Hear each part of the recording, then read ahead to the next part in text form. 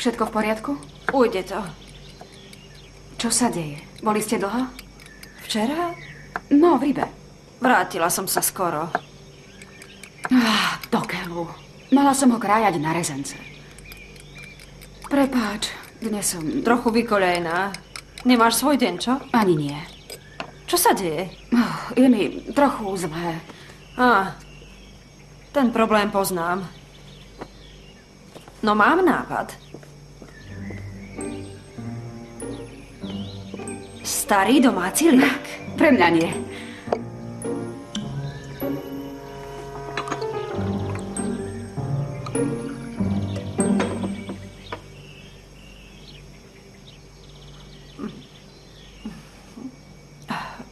Vieš, že nie je až taký zlý?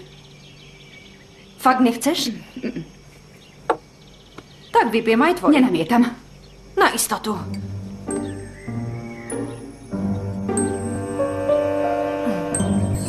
Súkromná banka Velinkov. A potom mi vyhadzoval na oči, že som beznádejne staromódny. Oliver? Áno, no predstav si. Kto z tejto budovy spravil to, čím je dnes? A ešte, že mám... Ako to povedal? Presne. Že mám autoritatívne ťahy. A ja som to musel počúvať. Nesmieš si to tak pripúšťať. Veď ja viem. Už len to mi chýbalo. Ale rád by som vedel, čo to do ňoho vošlo. Vedel si predsa, že skôr či neskôr ti začne odporovať. Ale veď musí uznať, že nákup akcií Solar Trustu v týchto dimenziách bola chyba. Nenašla si už náhodou niekoho, kto by tie akcie kúpil? 0 bodov. Nečudo.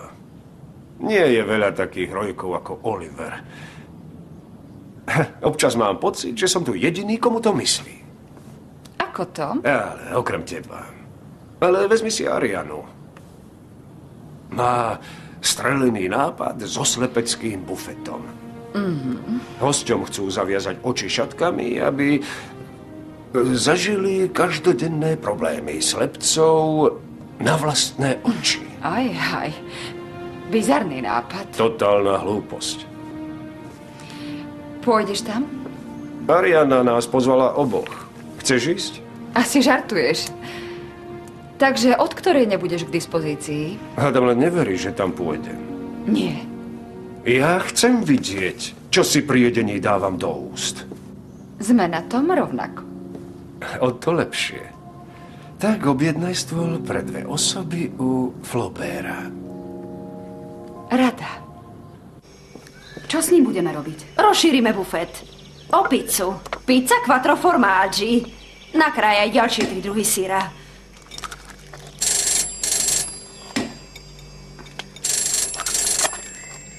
Môžeš to raz vziať aj ty?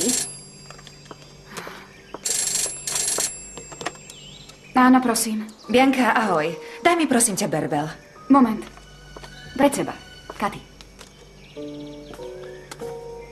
Krauzeová. Dobrý, pani Krauzeová. Máme tu pár zmien v jedálnom lístku. A ja. Aj vy? K tomu sa dostaneme neskôr. Takže tu sú tie zmeny. Žiadne zapekané rybacie závitky, ale sushi. Sushi, samozrejme. Značím Si. Ešte niečo? Jednoznačne nám chýbajú ústrice. Jednoznačne ústrice. Okrem toho potrebujeme aj dezert.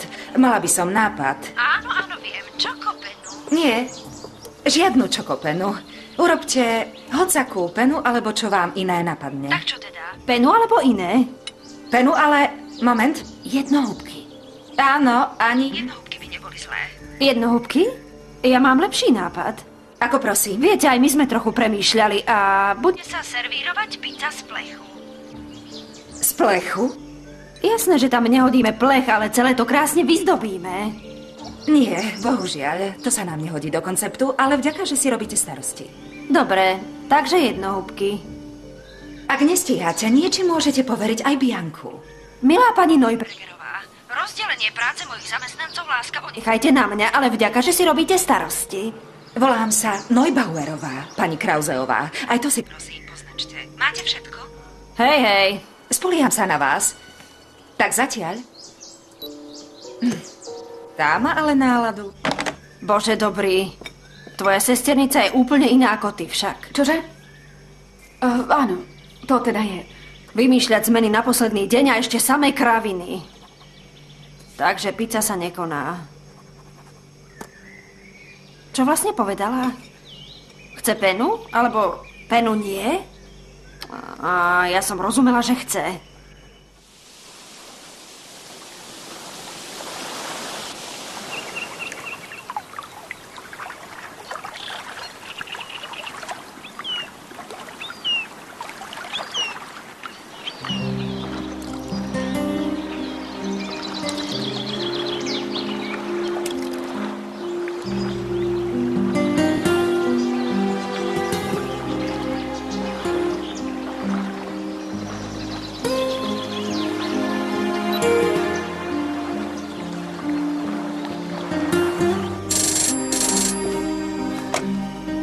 Wellinghoff Beringer.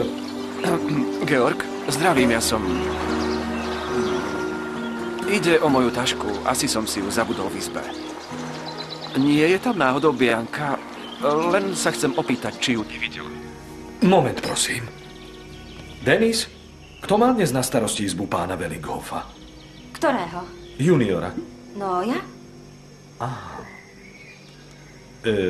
Oliver? Odovzdám telefon. Haló? Dobrý, Denis. Nevideli ste náhodou moju tašku? Vo vašej izbe nebola, nie. Ale môžem sa pozrieť ešte raz? Nie, netreba, vďaka. Počkajte, myslím, že ju mám. Áno, zošmykla sa zo sedadla. Už musím končiť, dovi. Never stop believing dreams you have.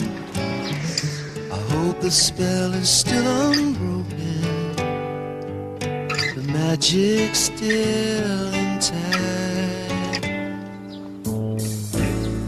Gotta hold on to that feeling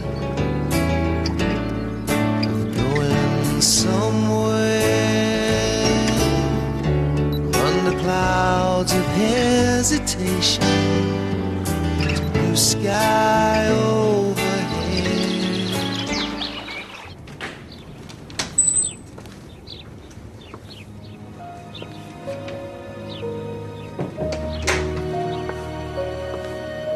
Dokedy sa budeme jeden druhému vyhýbať?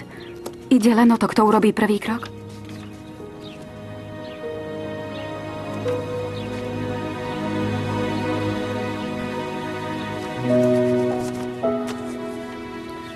Mám z toho strach.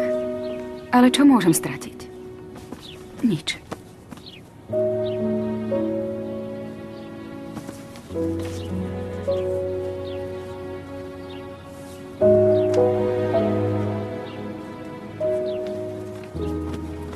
Všetko je lepšie, než sa mlčky míňať pri každom stretnutí.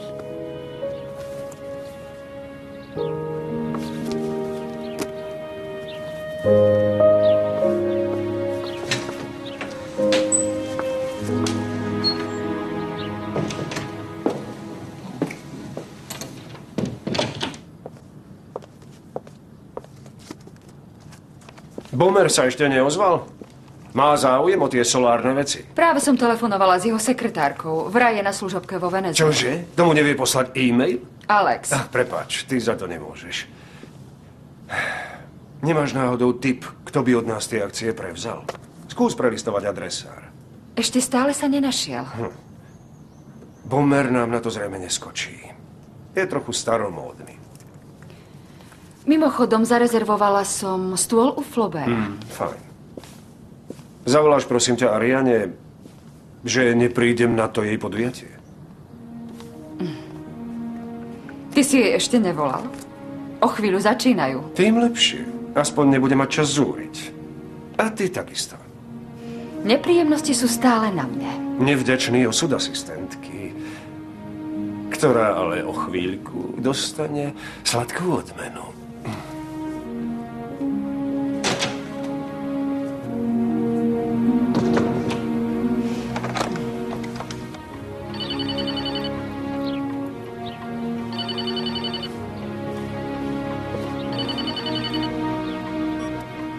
Áno, prosím. Dobrý deň, pani Vellinghofová, tu Maren Heilmanová. Váš manžel ma požiadal, nech vám zavolám. Žiaľ, nemôže prísť na vaše podujatie. Prišlo mu do toho súrne stretnutie.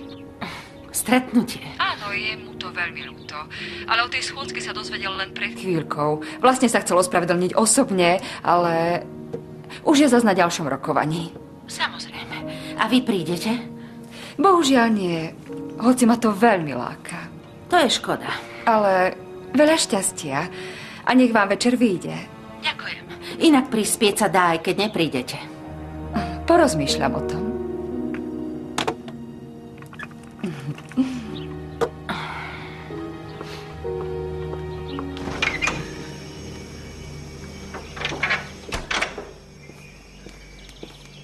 Tak, darí sa? V podstate, hej.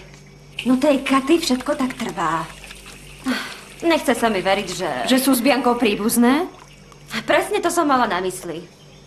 Je zvláštne, že pani Ariana Charitná Vellinghofová vôbec pustí Katy k hosťom. To je posledná maškrta?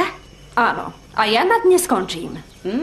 Čokopena. Na výhradné želanie pani Neubergerovej. Neubauerovej. A ona sa jej nikdy nepreje, čo? Keď jej chutí. Ale čo, ty máš zas dobrú náladu? Tak na zdravie.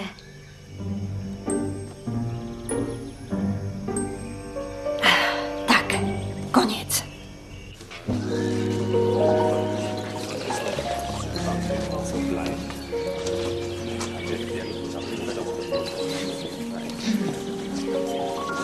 Prosím, ponúknite sa.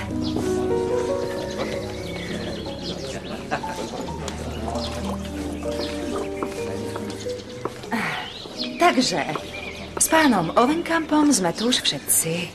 Bože, Katy, som taká nervózna. To zvládnete. Vďaka už som mala. Pani Krauzeová predsa len urobila čokopenu. Hoci som jej dôrazne povedala, že si to neželám. Hosťom bude chutiť, tým som si istá. Ak nie, vy, milá Katy, im pomôžete. Aj tým som si istá.